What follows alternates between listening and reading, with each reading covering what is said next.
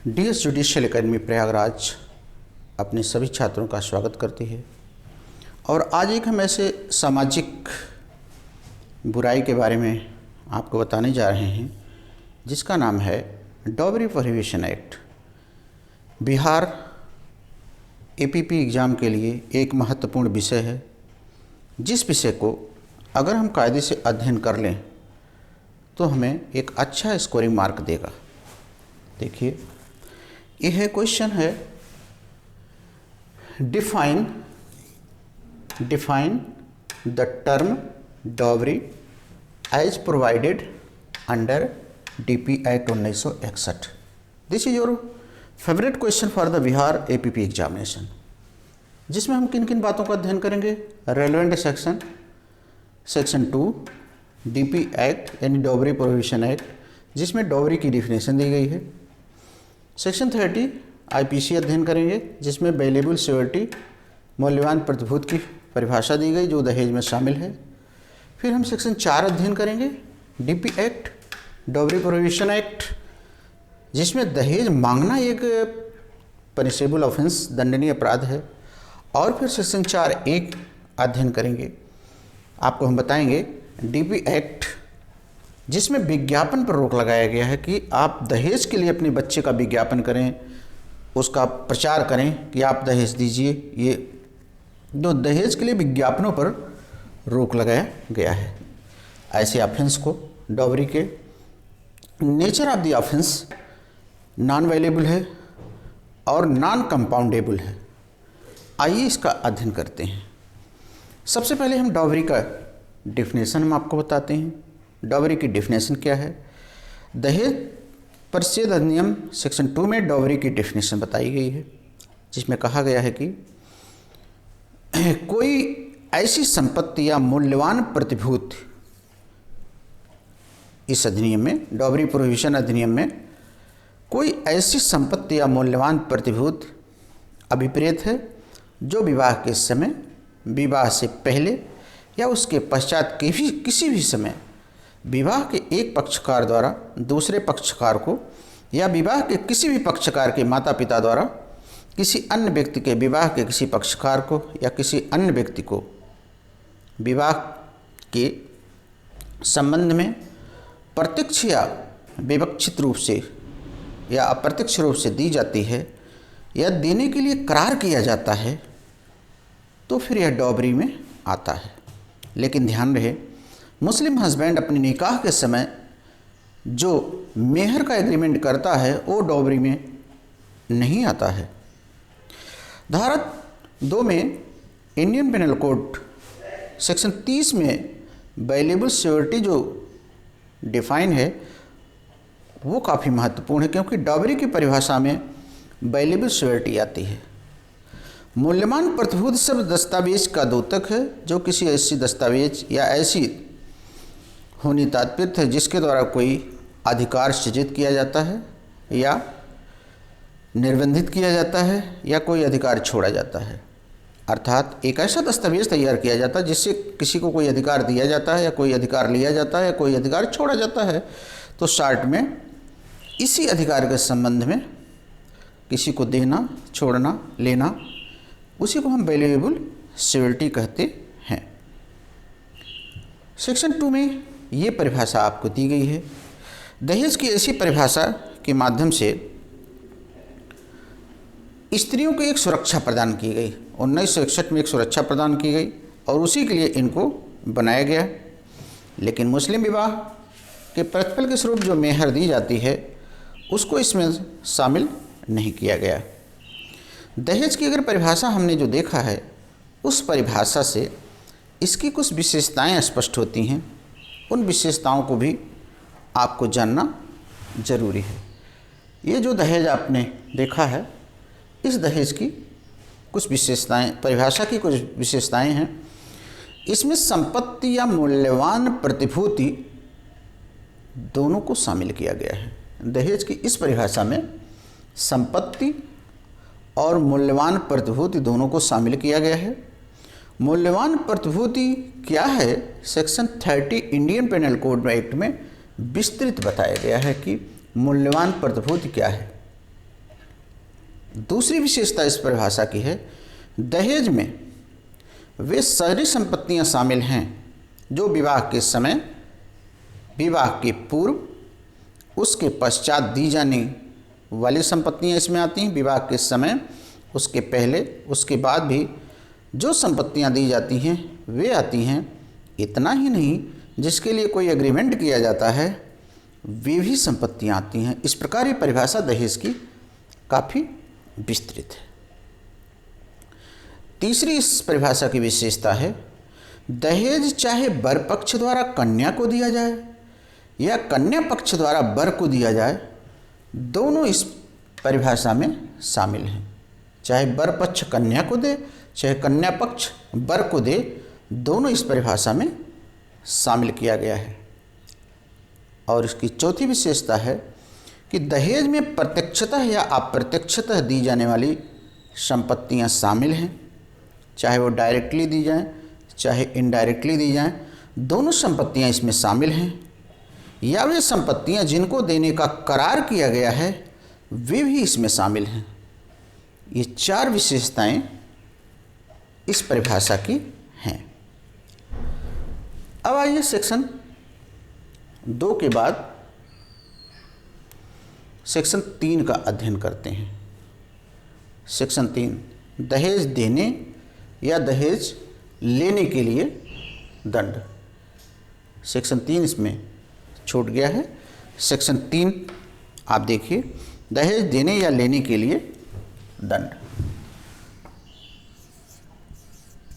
Section 3 इसमें है दहेज लेना या देना।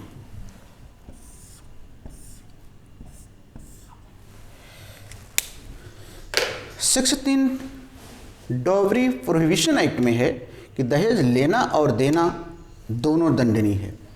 सेक्शन 3 में बताया गया है, यदि कोई व्यक्ति दहेज प्रतिषेध अधिनियम बनने के बाद दहेज लेगा या दहेज देगा अथवा दहेज लेने देने के लिए आवेट करेगा, दहेज लेगा, दहेज देगा या दहेज देने लेने के लिए आवेटमेंट करेगा, तो वह व्यक्ति 5 वर्ष मिनिमम 5 वर्ष के कारावास के लिए दंडित होगा।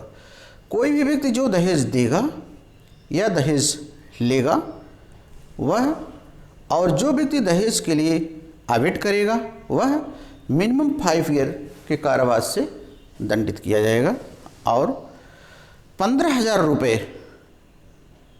या दहेज की राशि के मूल्य के बराबर राशि के लिए भी दंडित किया जाएगा।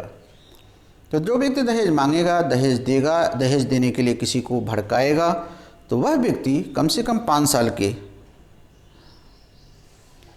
सज़ा, 5 वर्ष से कम नहीं होगी और जुर्माने के लिए दंडित किया जाएगा, जो 15,000 का होगा या दहेज की रकम के बराबर होगा। परंतु न्यायालय उचित कारणों से न्यायालय को सख्ती दी गई है कि कारण लिखते हुए 5 वर्ष से कम की सजा वह दे सकता है। ध्यान रहे, बहुत सी भेंटें बहू को दी जाती हैं।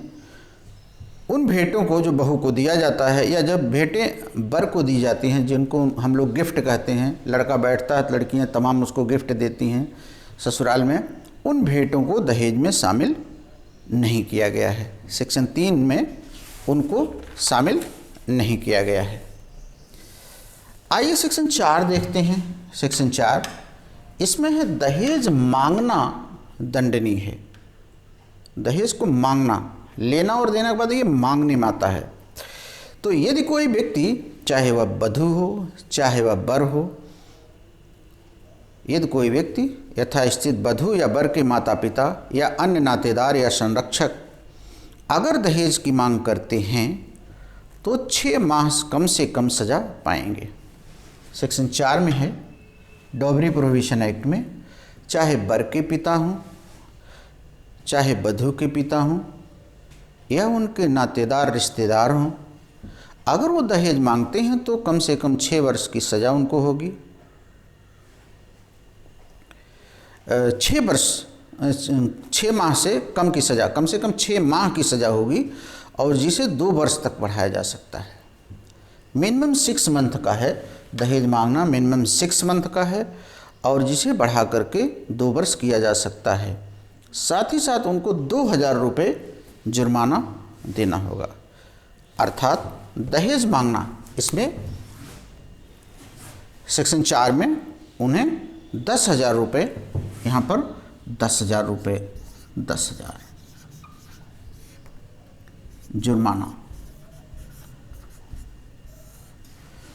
10,000 रुपये जुर्माना देना होगा।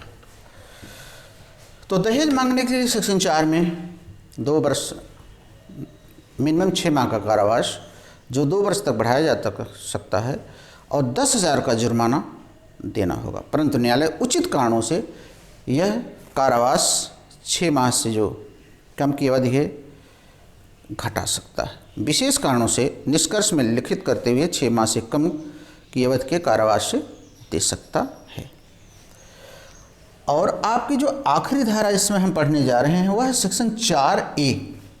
ये अपने आप में एक महत्वपूर्ण धारा है, सेक्शन 4A, जिसमें ये बात कही गई है कि दहेज के लिए अगर अपने पुत्र या पुत्री को कोई व्यक्ति विज्ञापन के माध्यम से दहेज की मांग करता है कि आप दहेज दीजिए, इसके लिए समाचार पत्र, टीवी इत्यादि के माध्यम से अपनी संपत्तियों का विवरण देते हुए पेपरों में प्रकाशित करता है, तो इस पर भी न्यायालय काफ़ी सख्त है, कानून काफ़ी सख्त है और कम से कम 6 माह की सज़ा होगी जो 5 वर्ष तक बढ़ाई जा सकती है। मिनिमम 6 माह की सज़ा होगी जो 5 वर्ष तक बढ़ाई जा सकती है।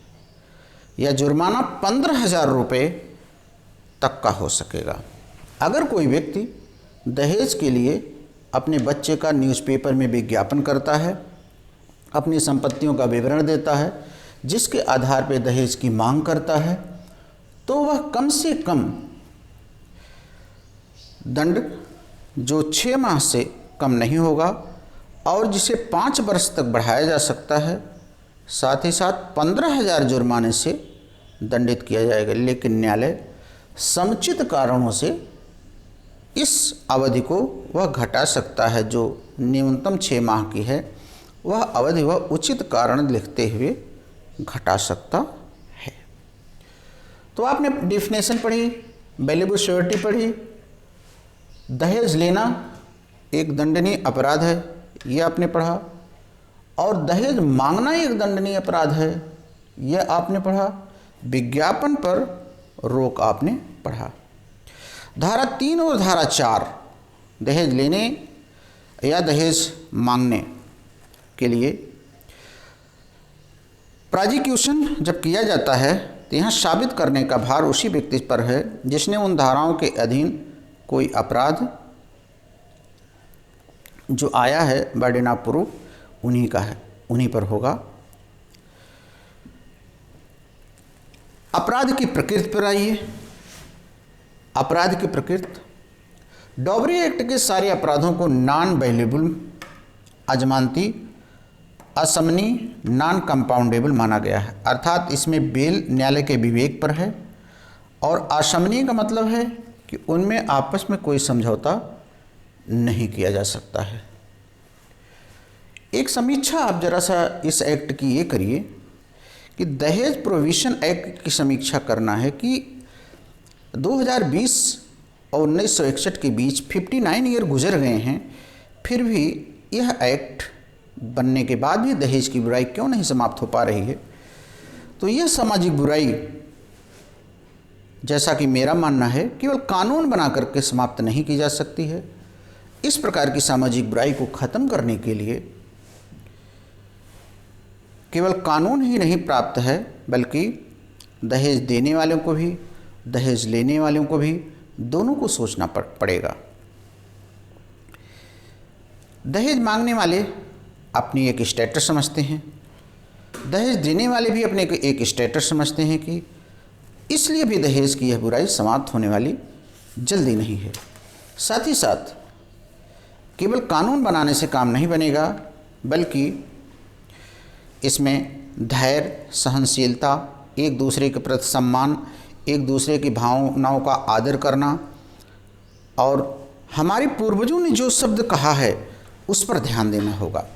हमारे पूर्वजों ने एक शब्द बहुत अच्छा कहा था कि परिवार ही धन है, तो फिर दहेज के रूप में धन की मांग क्यों किया जाए। ऐसी दशा में धन तो हम देते हैं, लेकिन हमें परिवार ऐसा मिलता है कि उस परिवार को हम ले करके कचहरी के फैमिली कोर्ट में उसके मकड़ जाल में फंस करके एक लंबा जीवन बिता देते हैं। अतः जब हम परिवार को धन समझेंगे, दहेज नहीं लेंगे, तो बेमेल शादियां नहीं होगी। बेविचार की दोनों विचार में अलग अलग शादियां जब नहीं होगी, तभी इस बुराई को रोका जा सकता है। आज के परिवेश में धन के पीछे बेमेल शादियां हो रही हैं। धन के मकड़जाल में दोनों पक्षकार अपना यौवन मुकदमेबाजी में समाप्त कर दे रहे हैं और उनके परिवार के अन्य सदस्य भी इसमें उनके साथ परेशान हो रहे हैं। अतः आवश्यकता है कि एक दूसरे को समझा जाए, दोनों परिवार बैठकर इस पर विचार करें कि अगर मुझे एक अच्छा परिवार मिल रहा हो तो फिर हमें दहेज की कोई ज़रूरत नहीं है, हम अपने पैरों पर खड़े हो सकते हैं। इस प्रकार डॉबरी प्रोहिबिशन एक्ट का एक क्वेश्चन आपका तैयार हुआ। सभी छात्रों को बहुत बहुत धन्यवाद।